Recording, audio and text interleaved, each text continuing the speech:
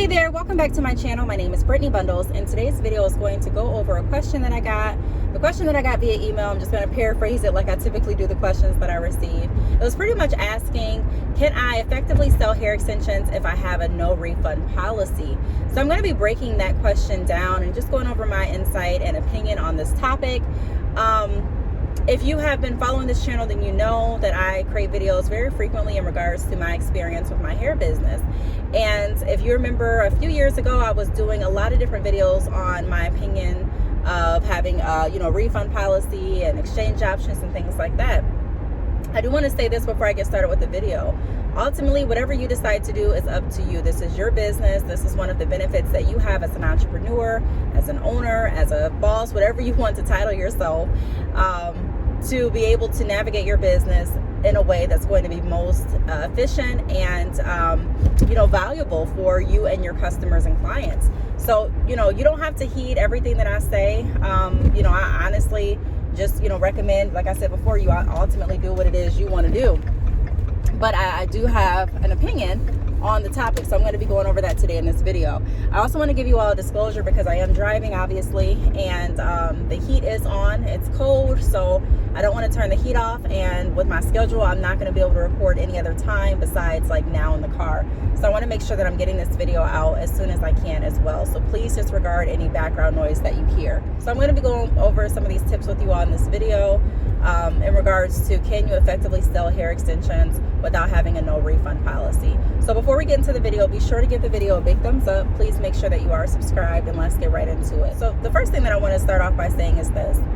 Yes, you can effectively sell hair with a no refund policy. I've had a no refund policy for literally years, and I have had a very effective experience doing that.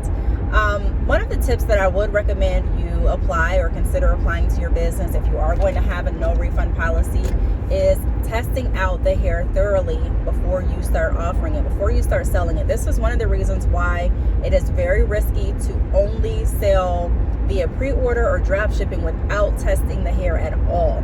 Even if someone else says or can vouch and say this is good quality hair, we all have different opinions. Someone may say that McDonald's has good quality coffee, while someone else may say no, they don't. Someone else may say Starbucks has good quality, while someone else may say no, they don't. So we all have different opinions about different things, So yes, I would stand behind any product that I offer, but I still recommend everyone that drop ships with me to test out the hair, to have some hair on hand, not just for yourself, but also to showcase others that are interested in buying so they can make their own assumption. That is going to cut down on a lot of back and forth with purchases. Being able to stand behind your product and being able to show others what they're buying before they actually buy it, a lot of times will cut down on the probable returns or even exchanges. The next thing that I want to go over in regards to, yes, you can have a very effective, successful business with having, while having a no refund policy for your hair company, is setting the proper expectations. I've mentioned this in a lot of different videos, and I'm probably going to continue to mention it because it's so imperative. There are so many entrepreneurs that do not set the right expectation with their business. And a lot of times it's not because they just, intentionally don't want to set the right expectations, but sometimes they haven't taken the time to sit down and really decide what their policy is going to be for their business and how the flow of their business is going to be. What's going to happen if this scenario happens, or what's going to happen if this happens. And also some scenarios you won't even think about happening until you're actually faced with those scenarios. That's why I always say it's great to get your feet wet as well. Yes, research. Yes, read, books. Yes, watch videos. But at the end of the day, it's going to really count tremendously towards your experience level when you actually get started and gain your own experience and insight, because there may be a scenario that you cross paths with that no one's made a video about, or that you haven't even thought about, and you still have to figure out how you're going to handle it. So setting the right expectations a lot of times will also lower the chance of different refunds. When people are chatting me on my website and they're like, hey, if I purchase this closure and it doesn't match the bundles that I already have at home from another company, am I able to return it? And I'll let them know, we have a no refund policy. So we have some exchange options depending on the scenario. And if you are exchanging, everything has to be intact. I can't have a closure that has been washed or flat ironed, or even like raked through with comb. I mean, I have to have everything in its original state in order to even consider an exchange option. So I'm very upfront with what it is I offer, what it is I don't offer, how my policy works, and things like that. So people that are like, okay, well, I'm kind of on the fence, they think about it a little bit, longer. And sometimes they say, okay, well, no, let me not go ahead and purchase it. And sometimes they say, okay, I am going to. It's not looking at the situation like, okay, I'm losing sales if I have a no refund policy. But a lot of times it helps you weed out the serious buyers from the non-serious buyers. In business, you will have people that are more serious in purchasing than others. You'll have people that are considering purchasing, considering going with your business, and then you have people that are like, no, I'm going to make my order today. So it kind of weeds that out. You have people that may not be interested in purchasing at all, but may want to just ask questions in regards to what you're offering. Maybe they want to know more about the business, or maybe they want to have a conversation with you, or maybe they want to get information on how they can better run their business based on the conversation that they have with you. Everyone has a different agenda when they're speaking with you. Some people may just want to contact you to say hi. I remember working in a call center, and there would be some people, a lot of times these callers would be elderly, and they would call in and they would want to sit on the phone and talk, literally talk.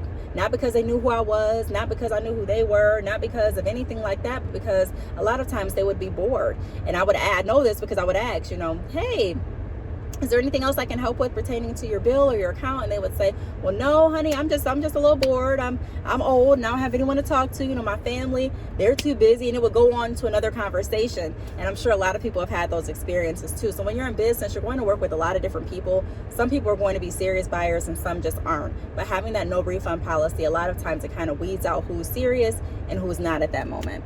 The third tip that I have is exchange options. So just because you offer a no refund policy doesn't mean there are no other options. Like I mentioned before, I let my customers and clients know, no, we don't offer refunds, but we do have exchange options with certain scenarios.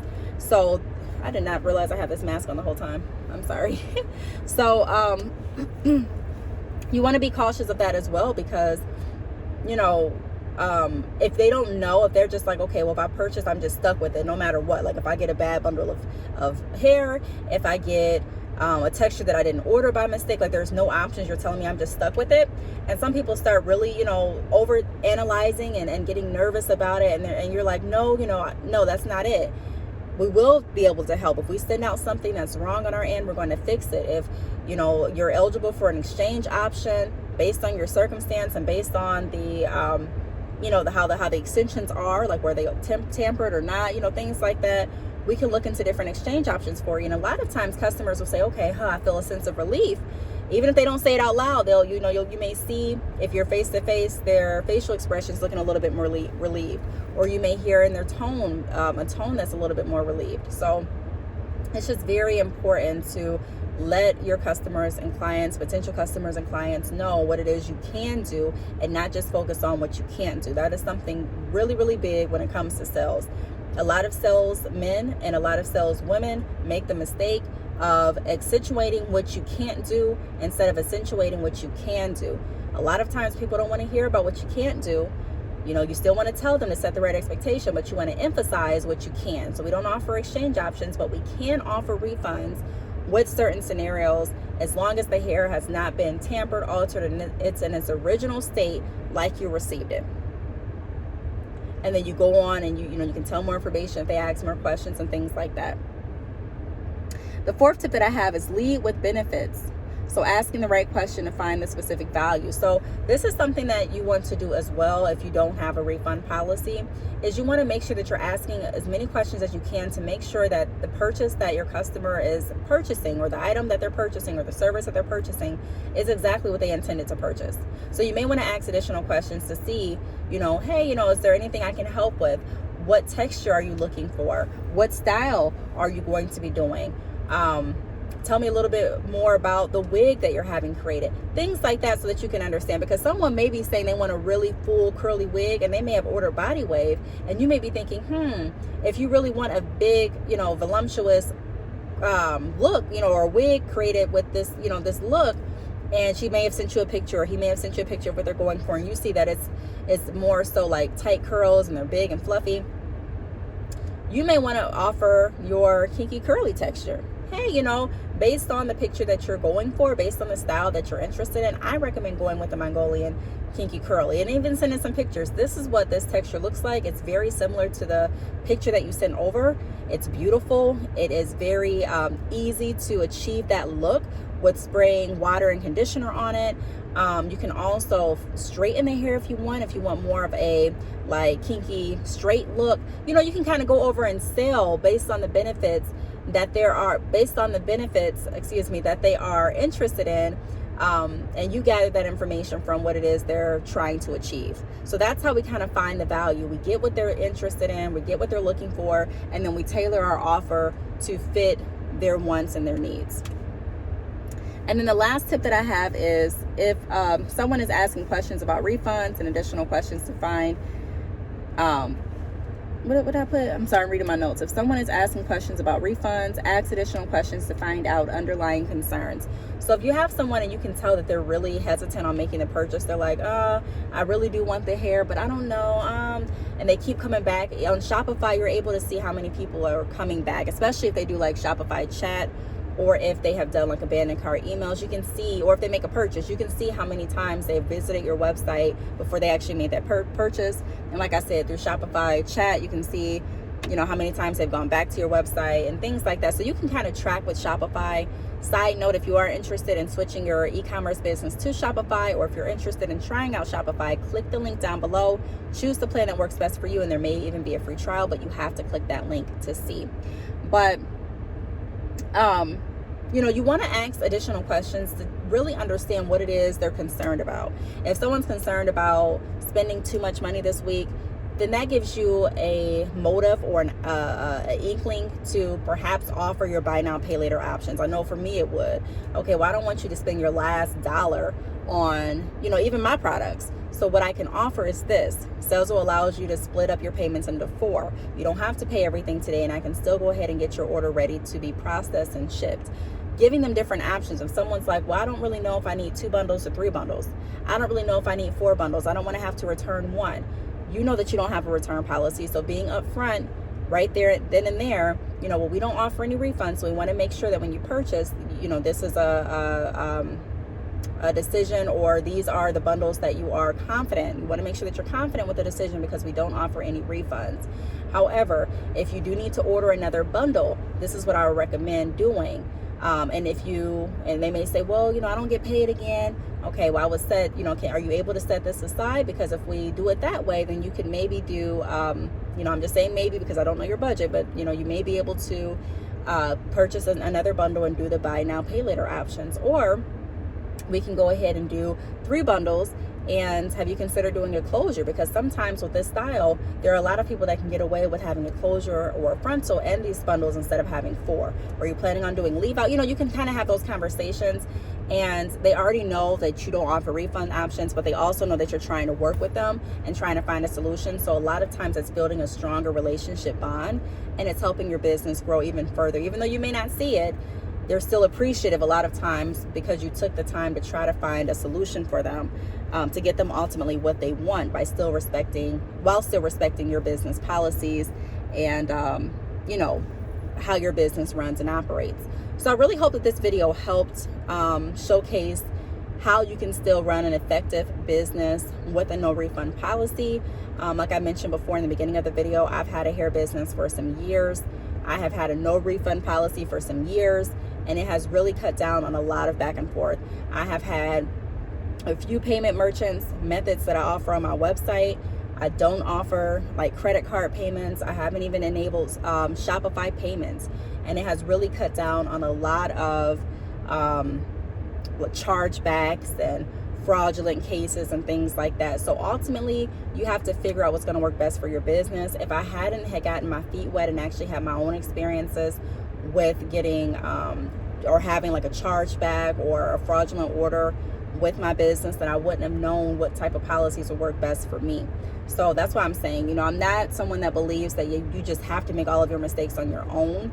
But I am someone that believes that, you know, learn as much as you can, but ultimately making mistakes is inevitable because we're not perfect. Even if you follow all of my advice to the T, there's still going to be some things that you're going to have to do on your own, because not everyone has the same experience, not everyone has the same customers, not everyone has the same policies, products, mindset, goal for their business. So you have to, you know, eventually be willing to risk something in order to have your business move forward.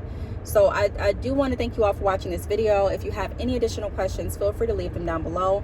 I'm going to be coming out with way more content videos this entire week, so make sure that you are subscribed and that your post notification button is on if it's not already.